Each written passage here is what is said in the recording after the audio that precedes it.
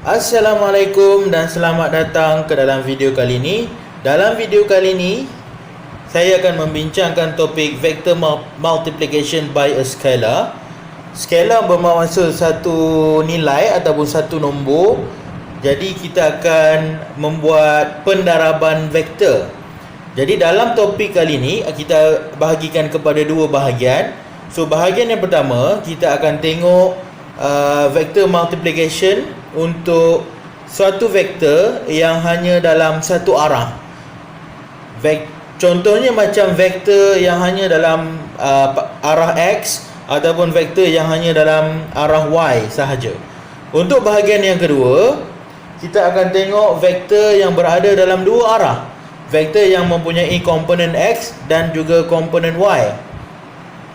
Jadi, jom kita tengok contoh yang pertama. Dalam 1D ataupun satu dimensional vector, contohnya macam vektor A ni, kita ada A, vektor A bersamaan dengan 2X. Jadi panjang vektor A adalah 2 dan arah vektor A adalah pada arah X. Jika kita multiply vektor A ataupun kita buat satu lagi vektor lah, vektor B, merupakan multiplication, pendaraban sesuatu nilai. Contohnya macam kita nak multiply, contohnya vektor B adalah 1 darab dengan vektor A. Jadi ini adalah multiplication by a scalar dan nilai skalar kita adalah 1. Bermaksud vektor B adalah 1, vektor A adalah 2X. Bermaksud vektor B juga adalah 2X. Okey, bermaksud kalau kita lukis vektor A dan vektor B, so sini vektor A, ini vektor A.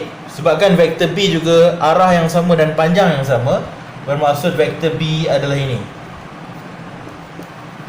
So vektor B mempunyai arah dan panjang yang sama. Okey, sekarang kita nak tengok dalam paksi Y pula.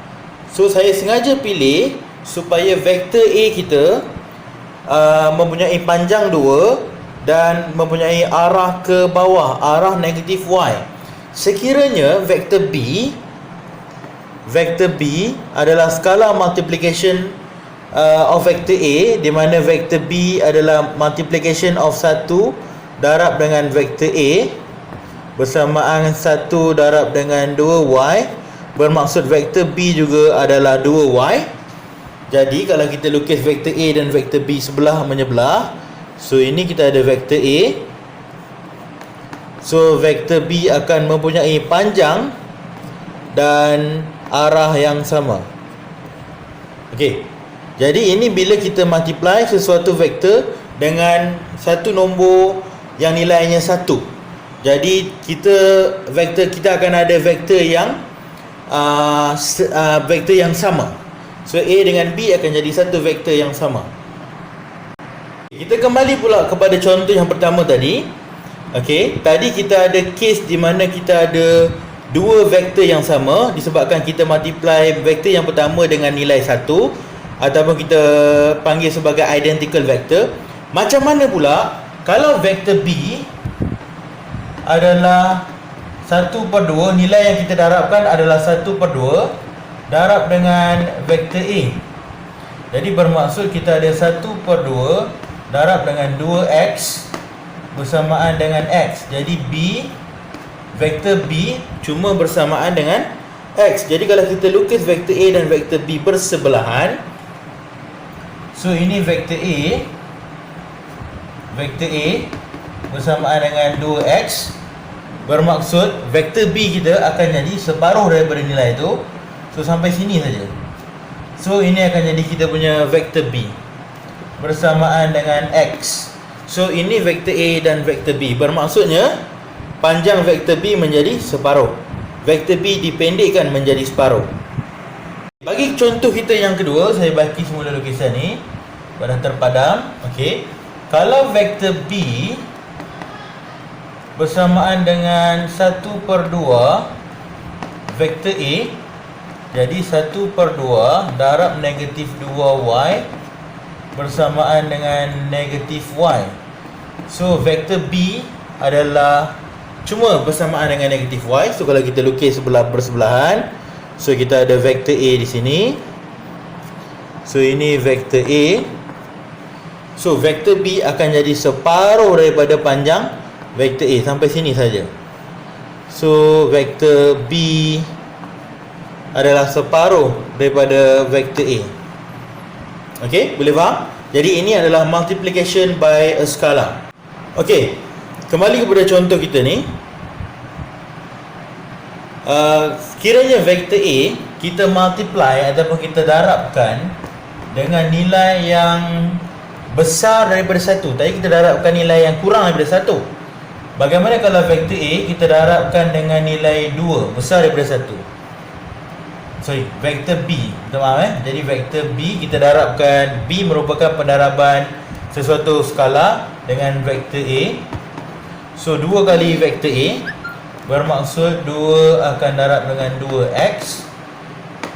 So kita akan dapat 4x. Maksudnya vektor B adalah 2 kali ganda lebih panjang daripada vektor A. So bermaksud ini, jika ini adalah vektor A, okey, vektor B akan bermula daripada tempat yang sama sekali, kemudian dia akan tambah lagi sekali. Alright. So vektor B bersamaan dengan 4x. Okey, vektor A cuma 2x.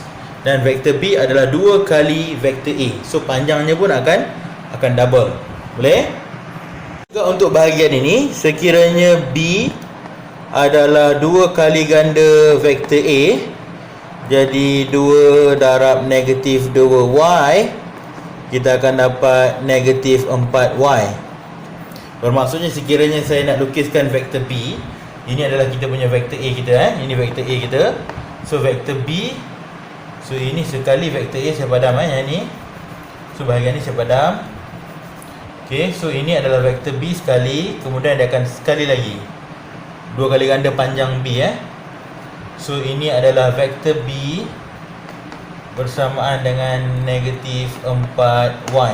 So panjangnya akan jadi 2 kali ganda lebih panjang sebab kita darab dengan 2. Okey. Rumusan bagi video kali ini, disebabkan kita mendarabkan vektor ataupun vektor multiplication kita darabkan sesuatu vektor dengan satu nilai yang positif value, kita dapati bahawa direction vektor tidak berubah. Okey, direction vektor kita tidak berubah. Direction vektor masih sama. Okey, kemudian sekiranya kita darabkan vektor kita macam tadi, B, vektor B kita darabkan 1 darab dengan vektor A, jadi ini akan menghasilkan 2 identical vektor. B dan A adalah vektor yang akan jadi vektor yang sama, arah sama dan juga panjang yang sama. Sekiranya kita darabkan dengan nilai yang kurang daripada 1 tapi lebih daripada 0, jadi vektor B akan jadi vektor yang lebih pendek. Contoh macam tadi, B sama dengan 1/2 vektor A. So panjang vektor B akan jadi separuh tapi masih dalam arah yang sama. Okey.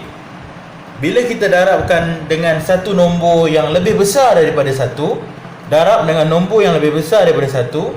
Jadi contohnya macam tadi, vektor B sama dengan 2 vektor A. Bermaksud vektor B akan jadi 2 kali ganda lebih panjang dalam arah yang sama. So elongate bermaksud dia memanjangkan vektor berkenaan, tapi arahnya tidak berubah, kekal sama. Okey, saya rasa itu saja untuk video yang pertama ni. Kita akan sambung lepas ni untuk pendaraban vektor, tapi kita akan darab dengan negative value. Kita masih lagi melihat satu dimensional vektor. Cuma kali ni dalam video seterusnya ni kita nak tengok pendaraban dengan satu nilai negatif.